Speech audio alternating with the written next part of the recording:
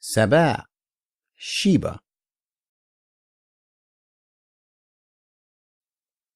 With the name of Allah, the most gracious, the ever merciful. All kind of true and perfect praise is due to Allah, to whom belongs whatsoever lies in the heavens and whatsoever lies in the earth. To him alone shall all praise belong in the hereafter. And he is the all-wise, the all-aware. He knows all that goes into the earth, and all that comes forth from it, and all that comes down from the heaven, and all that goes up to it. And he is the ever-merciful, the great protector.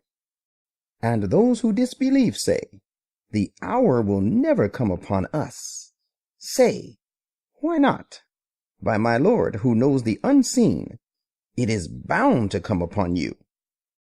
Nothing escapes him unobserved, not even so much as an atom's weight in the heavens or in the earth. Nor is anything there smaller or greater than that, but is recorded in a book revealing the truth and is governed by a plain law. The hour shall come, so that he may reward those who believe and do deeds of righteousness. It is they for whom there awaits protection from the consequences of sin, and honorable and generous provision. But as to those who strive hard against our revelations, seeking to frustrate our plan, it is they who will suffer a harrowing punishment of the worst sort. Those who have been given knowledge know that whatever has been revealed to you from your Lord is the very lasting truth, and that it guides to the path of one who is the Almighty, the highly praiseworthy in his own right. And those who disbelieve say one to another, shall we show you a man who gives you the important news that when you are dead and broken up into a complete disintegration, you shall then be raised to a new life? Has he forged a lie in the name of Allah, or is he afflicted with madness? Neither of the two, of course, is true. The thing is that those who do not believe in the hereafter are courting a sure agony and are steeped in a dismal error. Do they not see how they are surrounded on all sides by the heaven and the earth that lie before and behind them?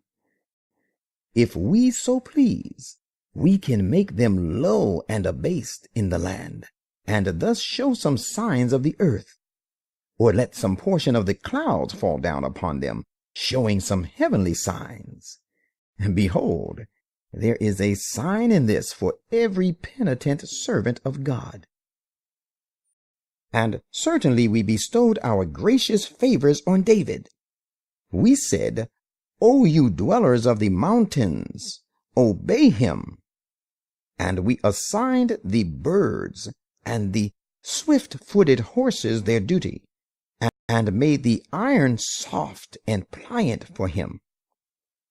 We said to him, make full-length coats of mail to cover the whole body, forging links of proper measure for their smooth working. And we also said to him and his followers, do righteous deeds. I am a keen observer of what you do. And we made such winds serve Solomon, the blowing of which in the forenoon, and thus helped sailing of his ships, was equal to a voyage of a month by the other ships. Similarly, its blowing in the afternoon was also equal to a voyage of a month by them. And we made a spring of molten copper to flow for him.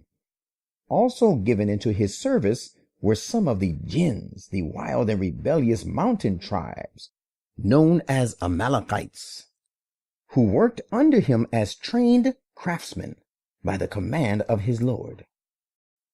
And we also told them, whoever of them deviated from and disobeyed our command, that they should obey Solomon, we shall make him suffer the agony of burning.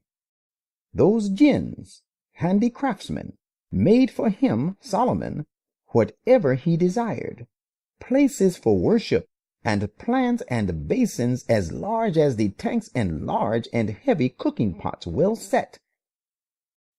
And we said, Act gratefully, O people of David, yet few are my people who are really grateful.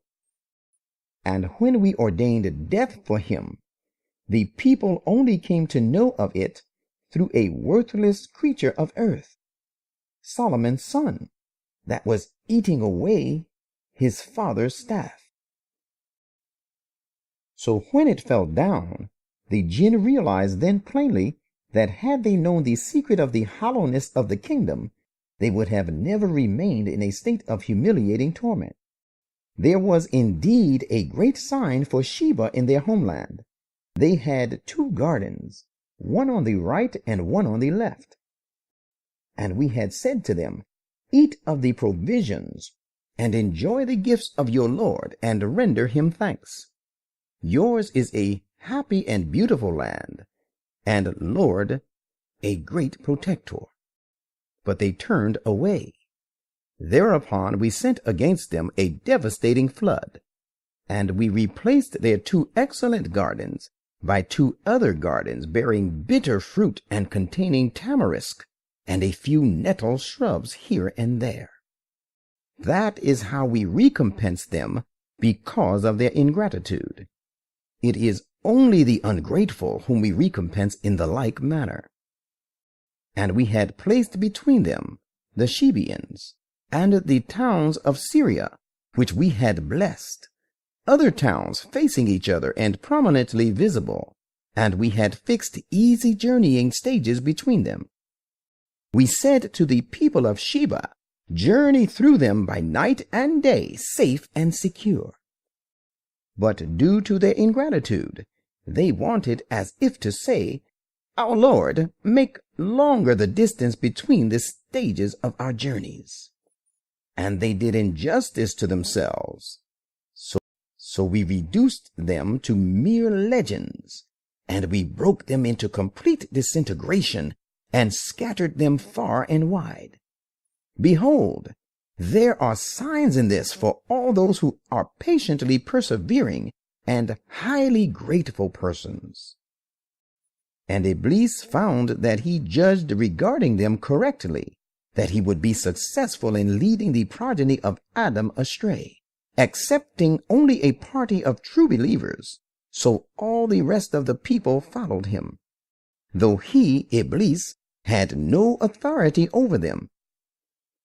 For it is by their own wrong beliefs and evil deeds that humankind brings about their spiritual ruin. It happened thus, so that we might distinguish those who believed in the hereafter from those who were suffering from doubts about it. Indeed, your Lord is watchful over and preserver of everything. Say, call on those whom you take as gods besides Allah. They possess no power, not even so much as the weight of an atom in the heavens or in the earth. Nor do they share any control over either of them. Nor does he receive any support from these false gods. No intercession will avail with him, except for him about whom he permits it. Those for whom the intercession is permitted will keep waiting until when their hearts are relieved of awe, they would ask one another, What is it that your Lord said? Some of them will reply, He said the truth, and he is the highest, the greatest. Say, who provides you sustenance from the heavens and the earth? Then tell, none other than Allah. Surely we, the believers, are on the right guidance.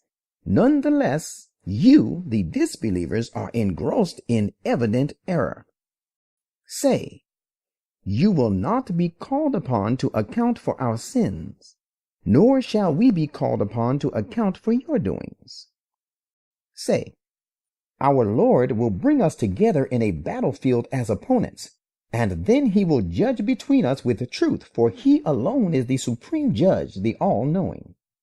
Say, show me those beings whom you number with him as his associates. By no means should you associate partners with him, For it is Allah alone who is the Almighty, the All-Wise. Prophet, we have sent you not but towards entire humankind till the end of time, as a bearer of glad tidings and as a warner, but most people do not know. And they say, tell us if you speak the truth when this promise will be fulfilled. Say, for you is the appointment of a day which you cannot delay by a single moment and thus avoid it, nor shall you be able to go ahead of it to find an escape from it for a single moment. And those who disbelieve say, we will never believe in this Quran, nor in the books that preceded it. Could you but see their condition, when the wrongdoers will be made to stand before their Lord? They will be bandying words, and so throwing back the blame on one another. Those who had been suppressed and made weak will say to those who considered themselves superior, had it not been for you, we would surely have been believers.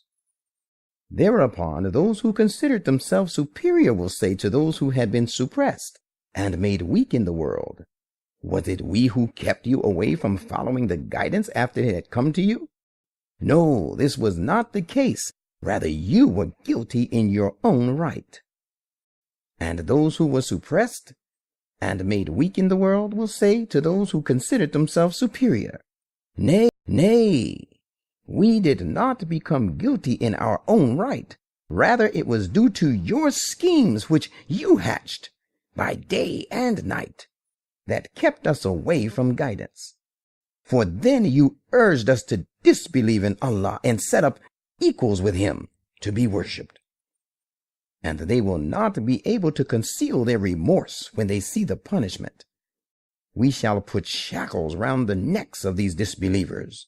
They will be recompensed only according to their actual deeds. We sent no warner to any town, but its corrupted, well-to-do people said, surely we disbelieve in the messages that you have been sent with. And they also say, we are better off in respect of wealth and children as compared with others, and we are not at all going to be made to suffer. Say, verily my Lord multiplies the means of livelihood for whom he will, and makes them scant for whom he pleases. But most people do not know the reason behind. Neither your wealth nor your children are a means that can bring you near to us in rank, but it is only those who believe and do righteous deeds, whose faith and virtue will be the means to bring them near to us. They shall have the reward for their virtuous deeds many times over, and shall be occupying the lofty places with peace and security. But those who strive hard in their opposition to our messages, seeking to render our plan null and void, and thinking they will escape us, it is they who will be brought to face punishment. Say, surely my Lord multiplies the means of livelihood for such of his servants as he will, and makes them scant for him whom he pleases. And whatever you spend in some noble cause, he exceeds it in giving reward, so as to leave it behind. He is the best of providers. Never be oblivious of the day when he will gather them all together. Then he will say to the angels, are these the ones who used to worship you? They will say, holy is your name. It is you who are our protector against them, not they. It was not us, but the jinns that they worshipped. It was in them that most of them believed, and not in us. So it will be said to the false gods and their worshippers, this day you have no power to help or harm one another. And we shall say to the wrongdoers, suffer the agony of the fire which you used to cry lies to. And when our clear messages are recited to them, they say, this fellow is but a man who wishes to keep you away from worshiping the gods that your fathers used to worship. And they say of the Quran, this is nothing but a forged lie, unprecedented. And those who disbelieve say regarding this perfect truth when it has come to them, this is nothing but a hoax, causing a split among the people. Whereas we had given them none of our books which they studied, nor did we send to them any warner in the recent past before you, that they should have known the abuses involved in forging lies. Their predecessors had also cried lies to the prophets of their time, and these Meccans have not attained even a tenth of that resources of wealth and strength which we had given their predecessors. Yet they cried lies to my messages. So let these see how terrible was the change I brought about, and how tremendous was the result of my disapproval. Say, I advise you to do one thing. It is that you keep Allah before you. Stand up in twos collectively, and ones singly, and then ponder over the teachings of this prophet. You will come to the conclusion that there is no vestige of insanity in this companion of yours, Muhammad. He is only a warner to you of a great calamity which is impending over you. Say, whatever reward I might have asked of you for this exhortation, you can keep it with you. I claim my reward only from Allah, for He is the witness over all things. Say, my Lord will do away with falsehood by means of the truth. He is thoroughly aware of the hidden realities. Say, the perfect truth has come in Mecca, and as a prophecy, keep it in mind that falsehood and idol worship has gone, never to sprout again from this soil, and never to return to it. Say, if I am lost, it is I who suffer the loss for my own faults. But if I am rightly guided, it is entirely due to the truth that my Lord has revealed. Verily, He is all hearing, ever nigh.